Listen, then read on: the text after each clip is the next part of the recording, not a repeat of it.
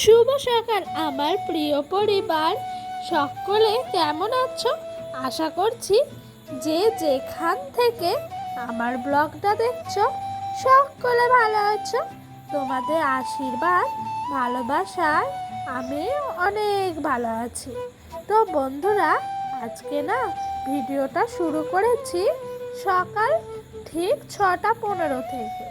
কারণ কি জানো তো, আজকে আমার ঘুমের থেকে উঠতে একটু লেট হয়ে গেছিল। কারণ কি বলো তো, কাল রাতে না ডোডোর পাপা বাড়ি এসছে, অনেকটা রাত হয়ে গেছে, তাই শুতে শুতেও লেট হয়েছে, আজকে সকালে ঘুমের থেকে উঠতেও লেট হয়েছে। তো বন্ধুরা, তোমাদের সঙ্গে কথা বলতে বলতে দেখো এদিকে আমার উঠান ঝাড় দেওয়া হয়ে গেল। তারপরে না এইদিকে কুয়োর পাড়ে কিছু বাসন এনে রেখেছিলাম, সেইগুলোই ঝটাপট মেজে ফেললাম। আর আজকে উঠে থেকেই ওয়েদারটা একদমই খারাপ গো। কারণ কি জানো তো, উঠে থেকে বৃষ্টিতে ভিজছিলাম, হালকা হালকা বৃষ্টি হচ্ছিল, খুব একটা গায়ে লাগেনি, তাও কাজগুলো ঠিকভাবে করে যাচ্ছিলাম। গ্রামের বউ বলেই জানো তো, বৃষ্টির দিনে এইভাবেই কষ্ট করে সব কাজ সামলাতে হয়। তো জানো তো, মানে হালকা হালকা বৃষ্টি পড়ছিল, হয়তো ক্যামেরায় বোঝা যাচ্ছিল না, কিন্তু পড়ছিল।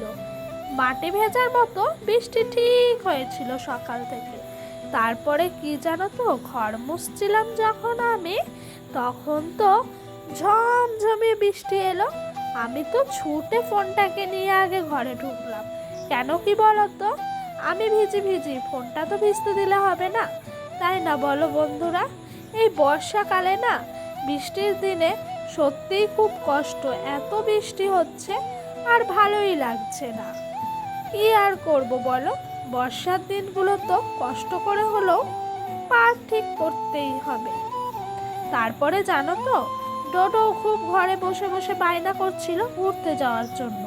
তো ওর দাদু একটু মাটির ঘরে নিয়ে গিয়ে বসলো, টিভিতে একটু কার্টুন চালিয়ে দিয়েছিল। তারপরে আমি আর কি করব, এদিকে এলাম উনানটাও লেপে নিতে। কারণ কি বলতো, বেলা হয়ে গেলে যে আর হয়ে উঠবে না, সেই জন্য আগে উনানটা লেপে মুছে নিয়ে একেবারে বাসি নাইটি ছেড়ে ঢুকবো ঘরে। তো জানো তো বন্ধুরা, এত বৃষ্টি হচ্ছে, আমার না একটুও ভাল লাগছে না।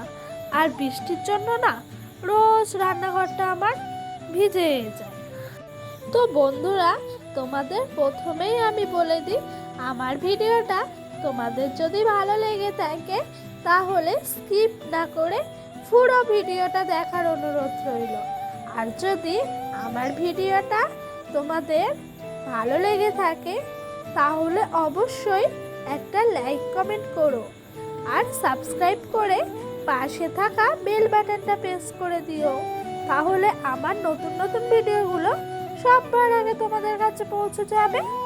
তো বন্ধুরা, ওইদিকে বাসি কাজ হয়ে গেল, বাসি কাপড় ছেড়ে ছেলের জন্য একটু সেরেল্যাক্স নিয়ে চলে এলাম, সকাল সকাল খাইয়ে দেবো বলে। তারপরে দেখেছো এই যে টিপ টিপ করে বৃষ্টি শুরু হয়ে গেল। ওই যে কেচে ধুয়ে রেখেছিলাম না, ওইগুলো সব ঘরে নিয়ে এসে মাচার ওপরে ফেলে রেখেছি। আর কিছু কিছু যেগুলো খুবই দরকারি সেগুলো না দড়ির মধ্যে জল ঝরতে দিয়েছি। তারপরে আর কি করব, একেবারে রান্নার চিন্তা চলে এলো যে মাথার মধ্যে।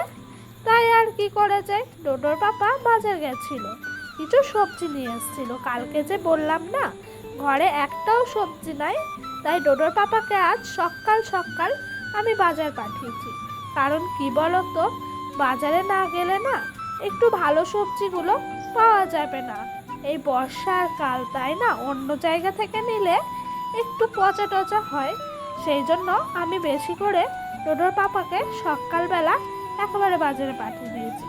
তো পাঠানো মাত্রই ও দেখো অনেক কিছু নিয়ে এসছে আজকে, মূলো, তারপরে কাঁচকলা, তারপরে এটা হলো মাইরার ডাঁটা, আর ওইখানে আছে খুব মিষ্টি কুমড়ো, তারপর নিয়ে এসছে আলু।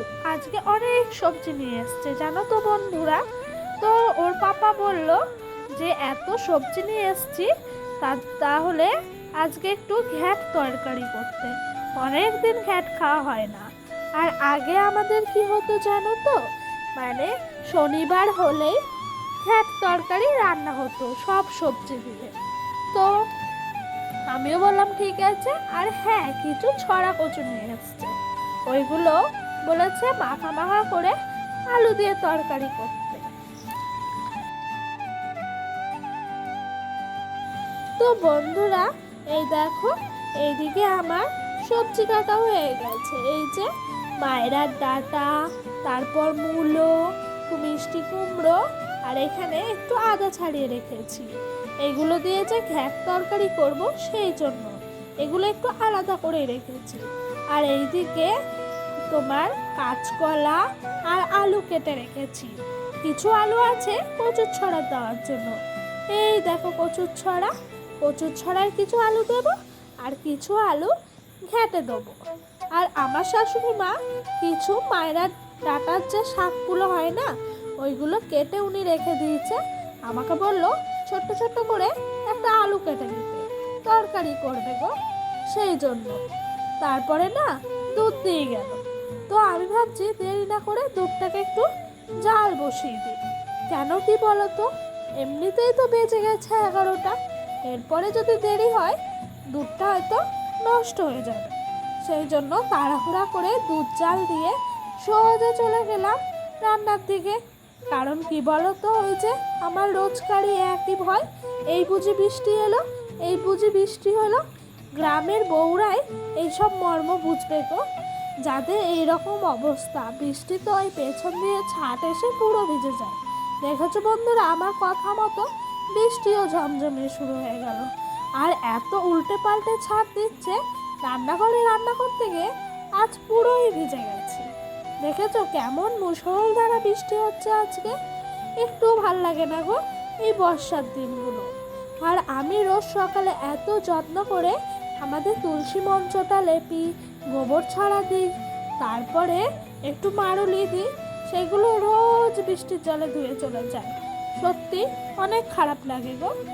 এই দেখো এদিকে আমার রান্না বান্না হয়ে গেছে। তো এই যে কচুর ছড়া দিয়ে আলু দিয়ে তরকারি করেছি, আর এখানে সব সবজি দিয়ে যে ঘ্যাট তরকারি বললাম না তোমাদেরকে করব, ওটাই করেছি। খেতে কিন্তু খুবই টেস্টি হয়েছিল। আর আমার তো ঘ্যাট খেতে অবশ্যই ভালো লাগে। এই যে কচুর ছড়া। তো বন্ধুরা, আজকে ভিডিওটা এই পর্যন্তই।